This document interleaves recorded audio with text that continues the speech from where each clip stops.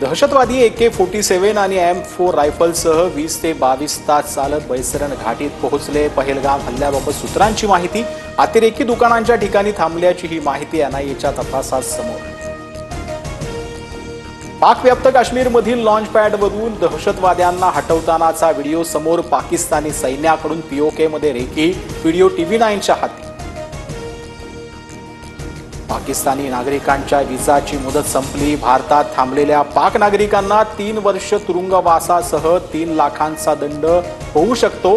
अटारी बॉर्डरवरून आतापर्यंत 531 पाकिस्तानी नागरिक भारतातून परतले। भारताच्या ॲक्शननंतर पाकिस्तान घाबरला। पाकिस्तानी सरकारकडून सर्व रेल्वे स्टेशनची जबाबदारी सैन्याकडे। रेल्वे मंत्री हनीफ अब्बासची माहिती, हत्यार आणण्यासाठी पाकिस्तानी रेल्वेचा वापर करणार।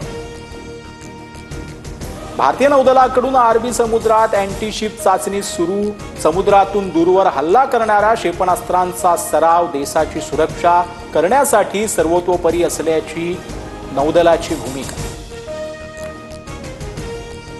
पाकिस्तानातून सीमेवर रणगाडे तैनात करण्यास सुरू। गेल्या 2 दिवसांपासून पाक लष्कराच्या चौक्यांमधून नियंत्रण रेषेवर गोळीबार। भारताकडूनही प्रभावीपणे प्रत्युत्तर। पहलगाम हल्ल्यानंतर जम्मू काश्मीरमधील संशयित दहशतवाद्यांना सैन्य दलाचा दणका। आतापर्यंत 9 दहशतवाद्यांची घरं उद्ध्वस्त। सिंधू जल करार भारतातला एकतर्फी संपवता येणार नाही। पाकिस्तान विरुद्ध आक्रमक पाऊल उचलल्यास आम्ही युद्धासाठी सज्ज। पाकिस्तानचे गृहमंत्री मोहसिन यांची धमकी।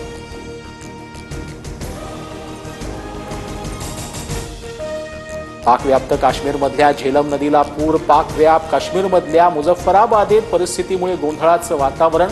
भारतानं पाणी सोडल्याचा पाकिस्तानचा आरोप।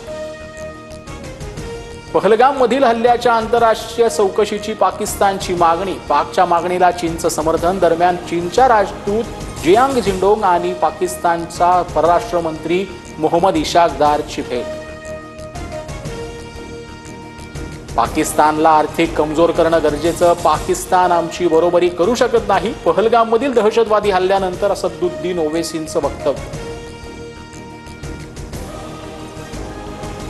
उपमुख्यमंत्री अजित पवारांच्या संगमेश्वर दौऱ्यात मधमाशांचा हल्ला। काही पोलीस कर्मचारी आणि अधिकाऱ्यांवरील मधमाशांच्या हल्ल्यानंतर ताफ्यातील अनेकांची पळापळ।